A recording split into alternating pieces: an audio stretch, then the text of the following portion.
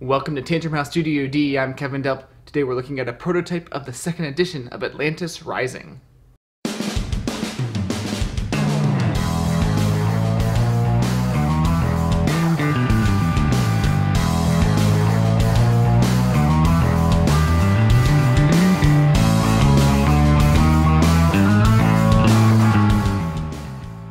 Atlantis Rising 2nd Edition is a 1 to 6 player co-op worker placement game being published from Elf Creek Games, and it's on Kickstarter right now. Atlantis is sinking.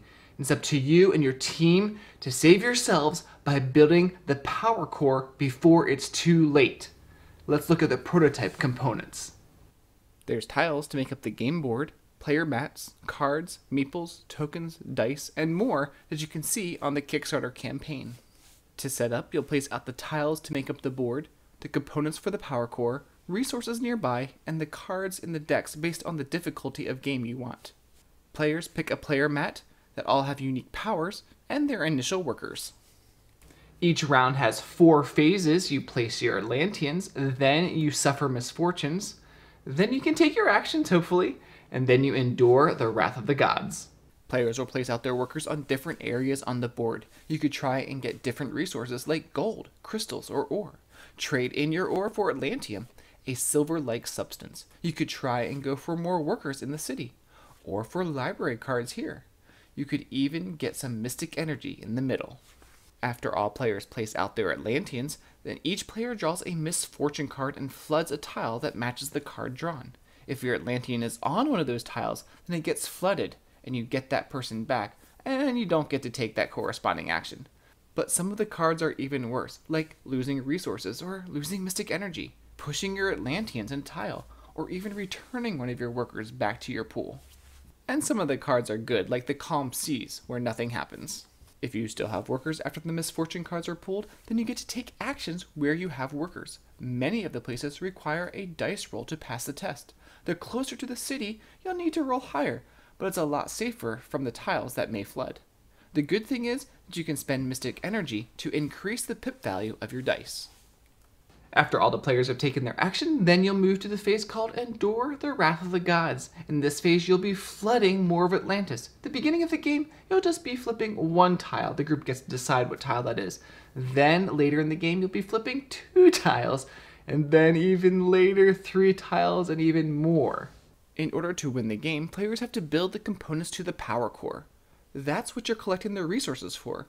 A player can use one of their workers to turn in the necessary resources.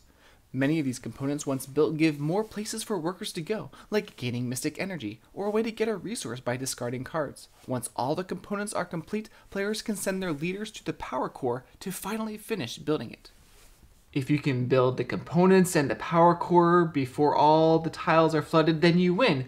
But if the whole city of Atlantis floods before you can do that, then you lose. I like that there's different difficulty settings. You could play an easier game, or you could try for a harder game. But in any case, players will have to work together to gather the right resources.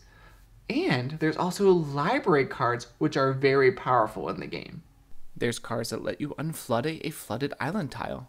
You could move your Atlanteans on a tile just flooded to any other tile. Or you could pay 1 less resource when building a component.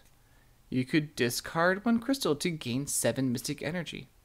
Or you could discard an Atlantium and build 2 mystic barriers. Mystic barriers can be destroyed first instead of flooding a tile in an area.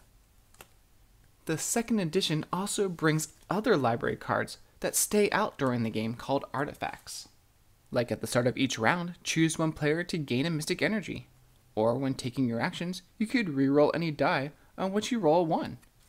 Or once per round, when you would draw a misfortune, instead reveal 2, choose 1 to draw, and discard the other without effect. Another difference in the 2nd edition of Atlantis Rising is the removal of the Atlantean Navy and the Athenian attacking. Instead, they have the Endure the Wrath of the Gods phase. The player powers have been changed too. The Artificer can place his leader on an unbuilt component. The Explorer reduces the number by 1 for you to be successful to get resources. The Priest lets you reroll. The Guardian can help prevent certain tiles from flooding. The emissary will let you put more Atlanteans on a tile, and the champion can activate a tile that is about to be flooded. Most of the time, these just involve where your leader is present. The cards have a male and a female side. And of course, the art and illustrations are all being updated too by one of my favorite artists, Vincent Dutray. The campaign also has a deluxe upgrade that you can pledge for. If you enjoy co-op games or worker placement type games, and this sounds like something you would enjoy with this Atlantis theme, then check out Atlantis Rising on Kickstarter now. Just a few more days left. I'll put a link to the campaign in the description below. Thanks for watching. Be sure to subscribe to Tantrum House.